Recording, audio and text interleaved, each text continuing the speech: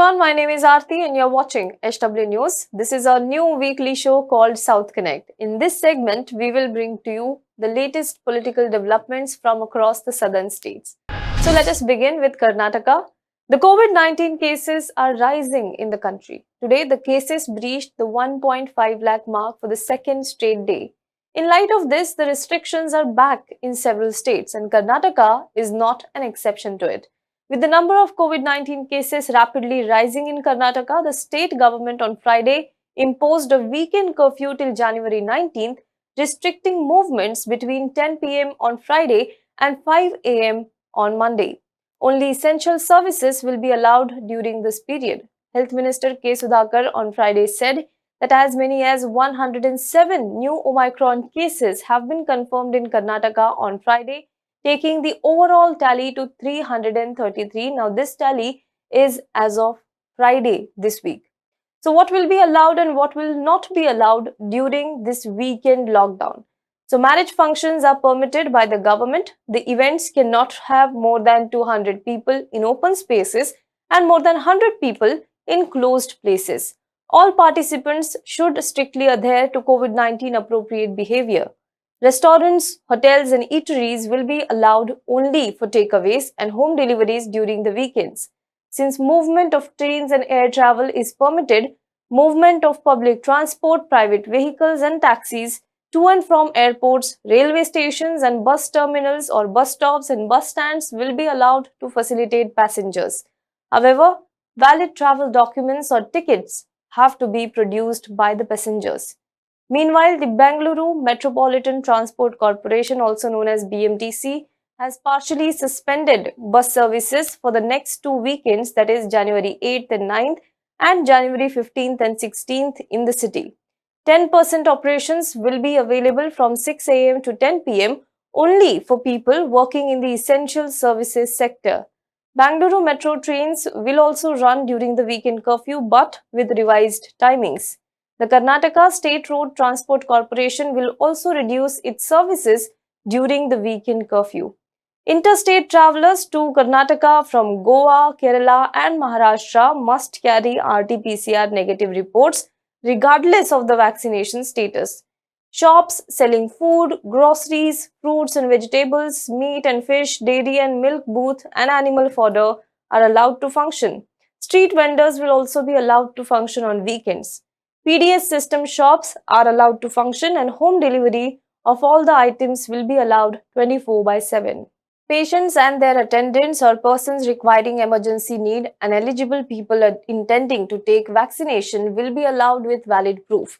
However, defying the prohibitory orders, the Congress in Karnataka on Sunday began its 10 days Padayatra demanding implementation of the Mekadatu project across the Kaveri River. Led by Congress's state president D.K. Shivkumar and leader of opposition in the state assembly Siddaramaiah, the Padayatra with the theme Namma Neeru Namma Hakku, which is Our Water, Our Right, began at the Sangama, the confluence of Kaveri and Arakavati River in Kanakpura, which will be spanning a distance of over 100 kilometers. With participation from hundreds of workers, leaders and cultural groups, the principal opposition party in the state is going ahead with the march as planned, unfazed by the government's warning of action in case of violation of COVID restrictions and rules. Let us now move on to Kerala. Kerala Governor Arif Muhammad Khan on Thursday said if there is no clear-cut and unqualified assurance from the state government that it will not interfere in the affairs of the universities, he will not continue as the Chancellor. Khan said that either there should be a clear-cut assurance or the state government should bring a law to take over the responsibilities of the Chancellor, but he will not continue in that position at the cost of compromising the dignity of national institutions. At the cost of compromising the dignity of the national institutions, I cannot continue as the Chancellor. Either there should be a clear-cut and unqualified assurance that there will be no interference by the government in the affairs of the universities or they can take over as Chancellor, the Governor told reporters. He further said that he was concerned with much more serious and profound matters which impine on the dignity of our national institutions and things like who is the vice chancellor, who is not, what he is doing, how he is constituting boards of academics are all very, very minute ones. On the row between him and the Congress-led UDF opposition, which has sought his resignation as a governor, Arif Mohammad Khan said he does not care what they say. Both the governor and the UDF have been exchanging salvos the last few days over the issue of alleged recommendation by him to confer D.Litt on the Indian president and his claim that he has ceased to be the chancellor of the universities in the state. While Arif Mohammad Khan has been terming the Congress-led UDF's comments and queries over the alleged recommendation as irresponsible, ignorant and not deserving a reply, the latter shot back that the governor was not exempt from criticism under the constitution, and if he violates any constitutional or statutory provisions, then he will be criticized. Leader of opposition in the state assembly, V.D. Satheesan, alleged that the governor has become the mouthpiece of the BJP ever since the Citizenship Amendment Act was passed. Besides the Congress-led UDF opposition, the governor is also at loggerheads with the state government over alleged political interference in the functioning of the universities. Khan had also last month said that he ceased to function as Chancellor from December 8, 2021. Let's now move on to Tamil Nadu. The Tamil Nadu Assembly session was cut short and ended on January 7th in light of rising COVID cases. However, it was the address of the governor that grabbed eyeballs. Against the backdrop of the state government's memoranda to the union government seeking 6,230 crore rupees assistance to undertake relief and restoration work, Tamil Nadu Governor R.N. Ravi urged the centre to release funds from the National Disaster Response Fund immediately to ameliorate the effects of damage caused by the floods. In his maiden address to the assembly, the governor said after the introduction of GST, the state was not able to realize high growth of tax collection that it had witnessed during the VAT regime, and the COVID pandemic further exacerbated the problem. The state's revenues were yet to recover, and it would adversely impact the state finances if the GST compensation regime was not extended for at least 2 more years. The government will prepare a detailed action plan towards $1 trillion economy to realize the vision by 2030, besides a natural resources management plan to carry out mining in an ecologically sustainable manner and mobilize revenue for the government. Now, the VCK, the ally of the ruling DMK, walked out opposing the governor for not passing the NEET bill. Let us move on to the next state, that is the state of Andhra Pradesh. It's a good news for the employees of the state government of Andhra Pradesh. While the pandemic years saw employees' salaries going down across the sectors, the wages of the state government employees in Andhra Pradesh have been hiked. The Andhra Pradesh government on Friday announced a wage enhancement for its employees with a fitment of 23.29% while simultaneously increasing the retirement age from 60 to 62 years. That means 2 more years of work.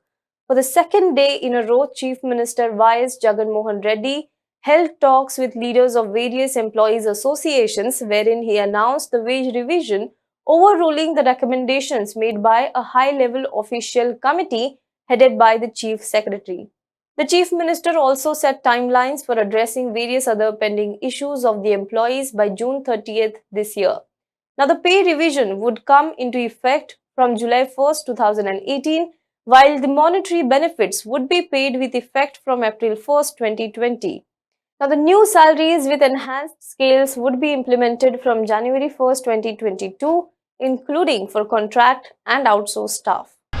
Let us now move on to Telangana. Now, 3 family members of a family, a couple and their 12-year-old daughter, allegedly died by suicide in Bhadradri, Kotagudem district of Telangana. They left a suicide note in which they named local TRS MLA's son. 4 days after, the police nabbed the accused. Mandiga Naga Ramakrishna, a businessman, his wife Sri Lakshmi and their daughter Sahitya were burnt alive in a fire on the night of Sunday, January 2nd. Another daughter, Sahiti, was admitted to the hospital with 80% burns, and her statement was recorded by the police. The incident occurred allegedly due to leakage of cooking gas in their house. Now, the police initially treated it as a case of an accident. However, after preliminary investigation, they suspected it to be a case of suicide.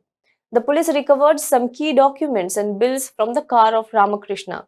A purported suicide note left by the deceased mentioned the name of Vanama Raghavendra Rao, the son of Kothagudem MLA and TRS leader Vanama Venkateshwara Rao. Now, Raghavendra was then reported to be absconding. However, he released a video denying his involvement in the case. However, a selfie video recorded by the father has surfaced on Thursday, where he is seen talking about the problems he had faced before he set himself and his family on fire. In the video, the man alleged that the Kothagudem MLA's son, Vanama Raghavendra Rao, had indirectly demanded sexual favors from his wife in exchange for helping him resolve a property dispute within his own family. However, after 4 days of intense search involving 9 teams, Raghavendra was caught by the police while he was trying to flee the state.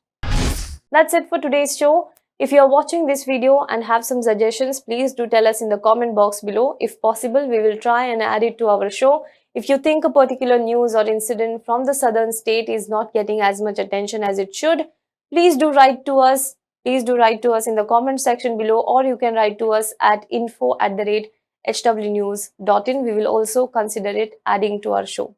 We will meet you next week with another video in this segment. Until then, stay tuned to HW News.